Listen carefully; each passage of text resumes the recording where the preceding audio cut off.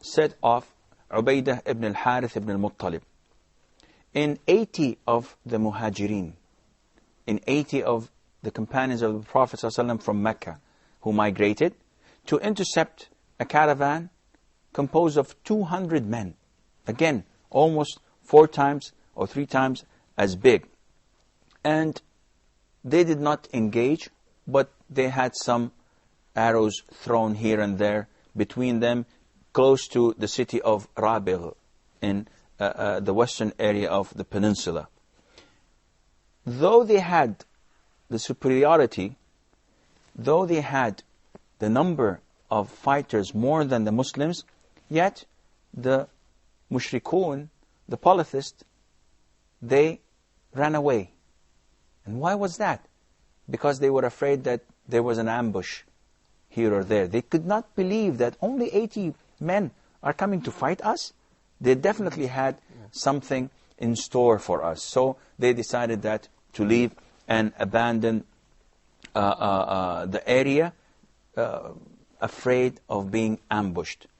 And again, this is one of the characteristics of Islam and the Muslims, that it's from Allah Azza wa Jal that people are afraid of their power. And in the hadith of the Prophet ﷺ, he told us that Allah granted him victory by terrorizing those whom he is going to fight against. So people hear about his army coming and they are terrorized. They're afraid. They don't know what to do. And this will also come up with us when the Prophet ﷺ besieged the villages of the Jews and how they were afraid of that. Now, a while ago, in this same battle of Ubaidah ibn al-Harith, the polytheists, while running away, 2 of them joined the Muslims. And those were Al-Miqdad ibn Aswad and Utbah ibn Ghazwan. These 2 companions were Muslims in the very beginning, but they were not left alone. Their people would not allow them to go and migrate. So they were waiting for the right moment to flee their people and go to the Muslims. And that was the right moment. They were traders, so they were coming back. And the minute they found it possible for them to leave, they went and they joined the Muslims. A month later, in the month of Dhul Qa'dah, there was also this squadron that was known as Sariyat al-Kharrar. And this was led by Sa'd ibn Abi Waqqas. May Allah be pleased with him, one of the first companions to accept Islam in Mecca, and one of the most beloved companions of the Prophet ﷺ, a great warrior. And he was leading this group of men, 20 of them only. And they were also ordered by the Prophet ﷺ to intercept this caravan. And the minute they reached the place they were supposed to intercept it, they found that it already passed the previous day. So they missed that caravan too. In that first year of Hijrah, among the companions that died were the great companion of the Prophet ﷺ, Uthman ibn Mad'un, and also As'ad ibn Zurara, one of the first to accept the Islam from the people of Medina, and who was one of the captains and nuqaba who came and called people of Medina to accept Islam, and he set the foundation and the basis for them to accept Islam. Uthman ibn Mad'un was a great companion of the Prophet ﷺ. He died on that year. The Prophet ﷺ cried when this great man died, and he buried him himself, and he put a stone so that he would recognize his grave and know where to bury his own relatives, the Prophet ﷺ, next to his brother Uthman ibn Mad'un. Uthman ibn Mad'un was one of the great companions in the sense of worship, that he worshipped Allah a lot. He traveled to Abyssinia twice, and he migrated to Al-Madinah with the Prophet ﷺ, And at one stage, he requested the permission of the Prophet ﷺ to sterilize himself, in the sense that to operate on himself so that he would not have any urge to females in marriage and so on, so that he would only devote his life to worshipping Allah Azza wa Jal. And this was not strange, because also Ali ibn Abi Talib, Abu Dharr al-Ghafari, they also requested the same thing, and the Prophet ﷺ forbid this completely, because this is un-Islamic, it's mutilating your body, and it's preventing you from doing something that is natural. Marriage is natural in Islam, and nowhere Islam tells us that you should be a monk, that you should not engage in enjoying the life and the things and the privileges that Allah Azza wa Jal has given you. Uthman ibn Mad'un was one of the great companions of the Prophet ﷺ who died in that year.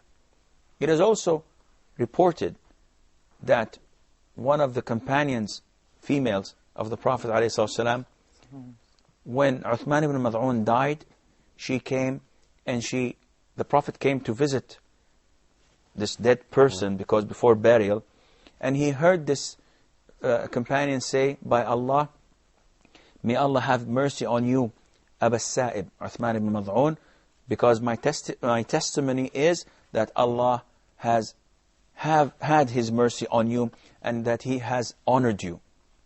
The Prophet said, sallallahu alaihi wasallam, and how would you know that? How do you say something that you have no knowledge of? She said, I ask Allah Azza wa Jal for forgiveness. If Allah would not have mercy on this great companion, Uthman ibn Mad'un, whom we've seen his life and his migration and his great deeds, then who will Allah have mercy on?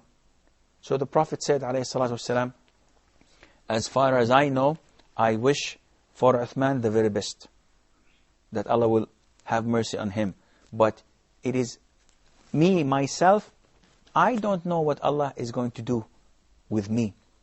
And this is a lesson from the Prophet ﷺ to us, that we should not have any testimony, we should not testify for anyone living that he is in heaven or in hell. This is something that only Allah knows about. We hope, we wish that when Muslims die, that they go to paradise. But we cannot say that this particular individual is in paradise, unless the Prophet told us that he is in paradise. And likewise, we cannot say that a non-Muslim is a particular individual, named so-and-so, is in hell. Because we do not know if he reverted to Islam seconds before he died, and this is something that Allah is going to deal with. We can generalize and say, all those who die Muslims will be in paradise, and all those who die not accepting Islam will go to hell. But we do not specify particular individuals. Going on, there was the first military expedition, or ghazwa, that the Prophet ﷺ participated in. And this ghazwa is called Ghazwat al-Abwa or Ghazwat Waddan. It has two names, Al-Abwa or Waddan. And this was on the second year of the Hijrah, in the month of Safar. The Prophet himself, sallallahu alaihi wasallam, went out with 70 of his companions. And again, they were all migrants. None of them were from Medina. And he went to intercept a caravan. Do you think, Sheikh, why all the battles, all the small battles, the war is from the Muhajirin? Do you think why? Well, all this, I've mentioned this earlier, that all of these, because of the treaty that he had with the people of Medina. And the treatment between that they would protect the Prophet ﷺ as long as he was in Medina. Once he's out of Medina, there is no agreement on that. And that is why he did not ask any of the people of Medina to accompany these military expeditions. On the contrary, it might have been a sort of an incentive for them to look up for. So they were eager to accompany the Prophet ﷺ, but he would never ask them to come out. So as if it's building up in themselves that we would like to join, we would like to participate. So when the right moment was right, they were asked to join the Prophet ﷺ, as we will come to that, inshallah, later on. So the Prophet ﷺ went out to intercept one of the caravans, but he missed it. So he took the opportunity and he signed a treaty with Amr ibn Makhshi al-Dumari from Bani Dumrah. And he was the leader of one of the tribes adjacent to Medina. He signed a treaty with him, and both parties honored this agreement to protect each other and not to aid and not to give help and support to any army coming to attack Medina and the Prophet sallallahu alaihi wasallam. In the 3rd month or the 4th month of the 2nd year, there was the expedition of Buwat. And this expedition, the Prophet ﷺ set out and 200 of his followers to pursue a caravan which was led by Umayyah ibn Khalaf. And this caravan was so huge, it had 2,500 camels and was protected only by 100 men. And Umayyah ibn Khalaf, we all know this tyrant. We all know this evil man. Umayyah ibn Khalaf was famous to torture. Companions. Which companion in particular? Bilal. Bilal. Yeah. He was well known to torture Bilal ibn Rabah. He was an Abyssinian slave, and he embraced Islam at the very beginning, reverted to Islam. And Umayyah ibn Khalaf would not swallow this easily.